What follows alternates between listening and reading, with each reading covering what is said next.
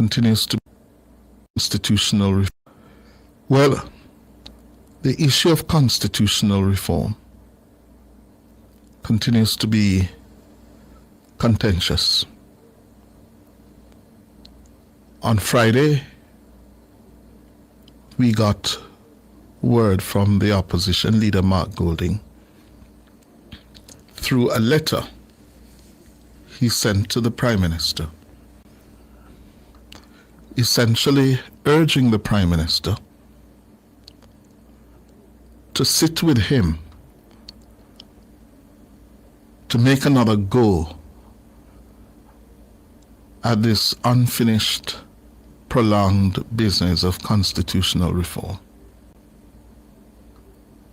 And this was in response to a letter he had received from the Prime Minister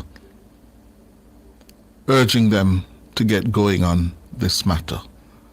That letter from the Prime Minister was not made public, but it was based on the Prime Minister's public urging of Mark Golding at his swearing-in ceremony some weeks ago.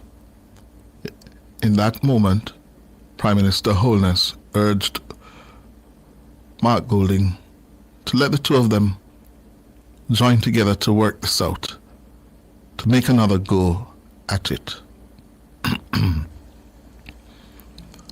And Mark Golding took umbrage to the fact that the Prime Minister, in reaching out to him, Mr. Golding,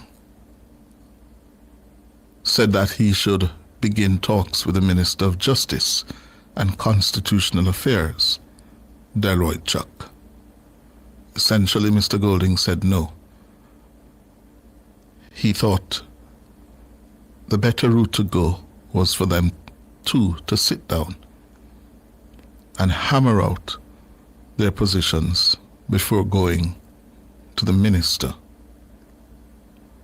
And I see that has sparked a political row with some people accusing Mr. Golding of trying to continue what they feel is his slight of the Prime Minister. And of course, others take a different view.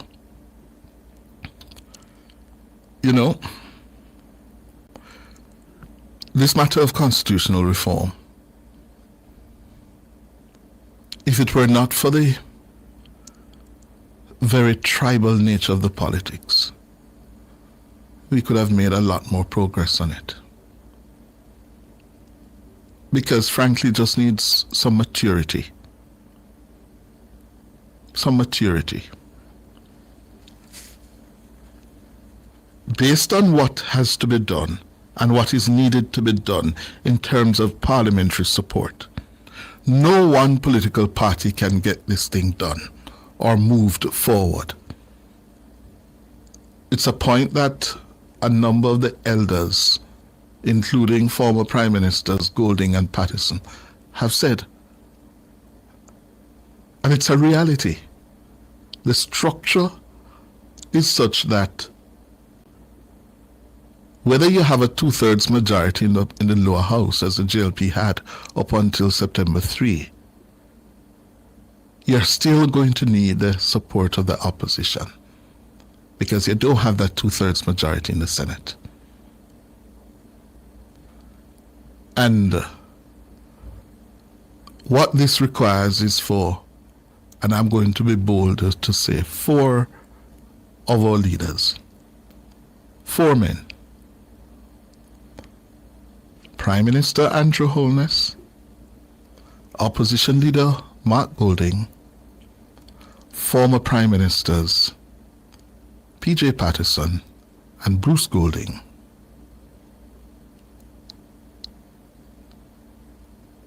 What do I mean by that?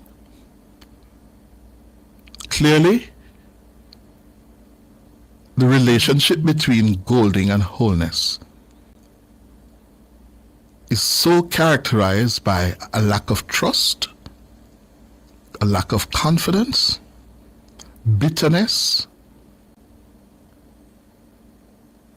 especially coming out of the elections a couple of weeks ago, where Holness and his people are clearly hurt, and have good reasons to be hurt, by the kind of vicious personal attacks that Golding led against Holness. And you saw in the debate where Holness shot back at Golding, calling him a liar. So there's that acrimony between the Prime Minister and the leader of the opposition. So it's clearly very difficult for both men to trust each other. Yes? There's no trust there, or very little trust there. And left up to the two of them, I don't think we're going to make much progress. And that's where Golding and Pattison come in. But Golding and Pattison can take it upon themselves to invite themselves to play a conciliatory role, a role that could bring the two protagonists, Holness and Golding, to the table. And that's what is needed. That is what is needed. I don't know, probably there are two other persons or some other person who enjoys the trust and confidence and standing of the Prime Minister and the opposition leader who could do it. But clearly, they're not going to be able to do it by themselves. You get the impression that they virtually dislike each other to the point where they don't want to be in the same room. Yeah? And it is a problem because, you know, Westminster that we have inherited from the Brits, one of its necessary hallmarks to do well, to perform well, is what they call a matter of honor and trust in the UK,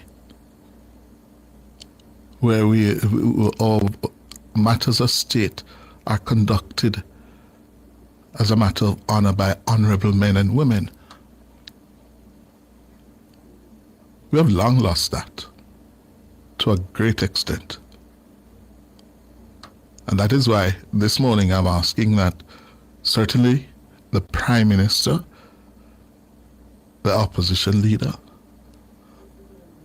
should probably reach out to the two former Prime Ministers, Golding and Pattison, to play a conciliatory role, to bring them together, at least get them talking with each other,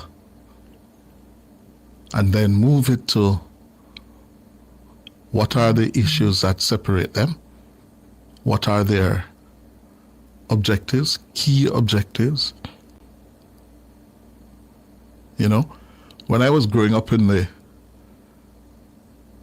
70s and the 80s, during the height of that intensely political and ideological period of the 70s and the early 80s,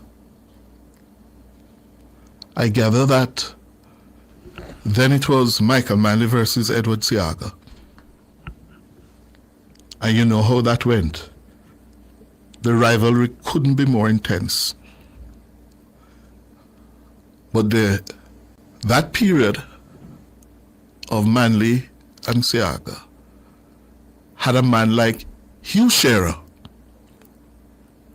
Hugh Shearer was a Labourite, of course, former Prime Minister from the Labour Party, trade union leader. But he was a very, very close friend of Michael Manley, who enjoyed the confidence of Mr. Manley. And he played this kind of role that I'm now suggesting for Patterson and Golding. Yeah? When Siaga and Michael couldn't even bear to exchange words, Shearer would be the go-between. And Shearer would play that role. Who do we have now? Unless there's somebody else that I don't know. But I think Patterson could command that in the leadership of the PNP, and Golding similarly for the JLP. That's what we need now, to get them talking. What do you think? Outside of that, I see G2K, the president of the Cornwall Bar Association. Nothing else is going to make sense. Yeah? I see a story in the Gleaner this morning, St. Jess, of no moment. Yeah? The two leaders have to sit down, and we need to get them in a room and to start build the trust and confidence.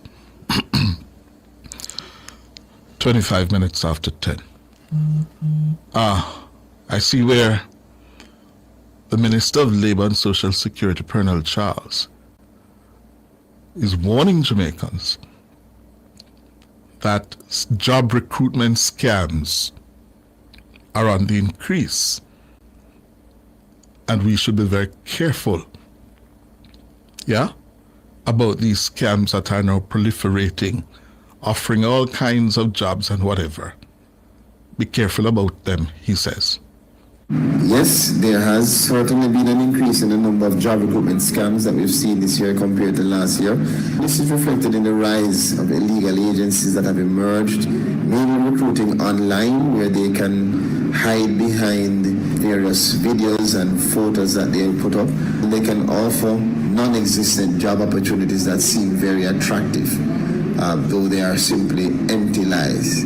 So a comparison of 2024 and 2025 calendar years show that 27 illegal entities offered job opportunities between January to December of 2024, while we saw an uptick to 43 illegal agencies in 2025 being identified between January to September of this year.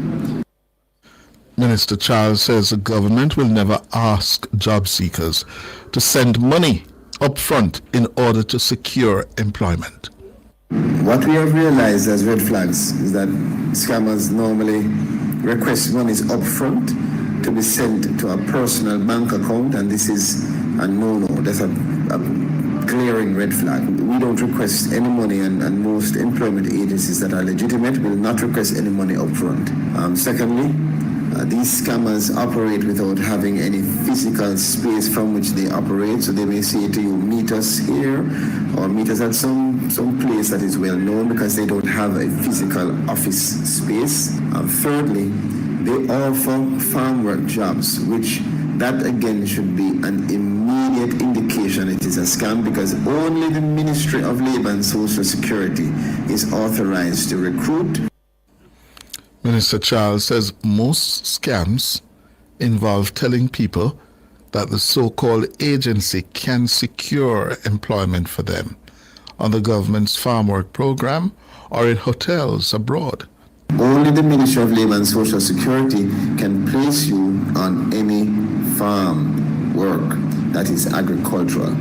Secondly, when it comes on to H2B, which includes jobs like housekeeping, servers, cooks, hotel clerks, lifeguards, caregivers, they lure persons in by giving them details and giving them the impression that they have credibility. So they'll say to you, you're going to be leaving by X date, and give you a specific date, they give you a specific number of persons that are going to be traveling with you, which season, they tell you that the spaces are limited, and because of all of those things, you have to pay some money over to them so that they can make sure that you are in the listing. That is a red flag. A red flag. Yeah? So be careful. Yeah? Don't give any money to these people, because that's what they want. These so-called fees. Don't give them a dime. Yeah? Tell them, when we get the job, yeah, me get my first pay, you get your fee. Yeah? And see how them run left you. Anytime them ask you for the fee up front, so when we get the work, yeah, and we get the first pay, you can get your fee. Yeah? All right. Just before we go to the next break, I've been sent something via WhatsApp. This person urging me. But I want to know if this is so. Let me read what the listener says. He says, "Good morning, sir. I want you to comment on something for me this morning. Why are most JUTC bus drivers refusing to wear their seatbelts while driving these big, heavy units with passengers? The police need to start ticketing them. Thanks in advance." Is that so? JUTC bus drivers don't wear their seatbelts as a routine? I'm not sure if that is so. I must, you tell me. Yeah? Because why would they not wear their seatbelts? Yeah? All right. Let's go to the break. The National Land Agency is advising that its Land Titles Division is temporarily closed to the public due to an unforeseen emergency. The division will resume regular operations at 11:30 a.m. That's this morning. The agency apologizes for any inconvenience this may cause and appreciates your continued support and understanding. Let me just repeat this.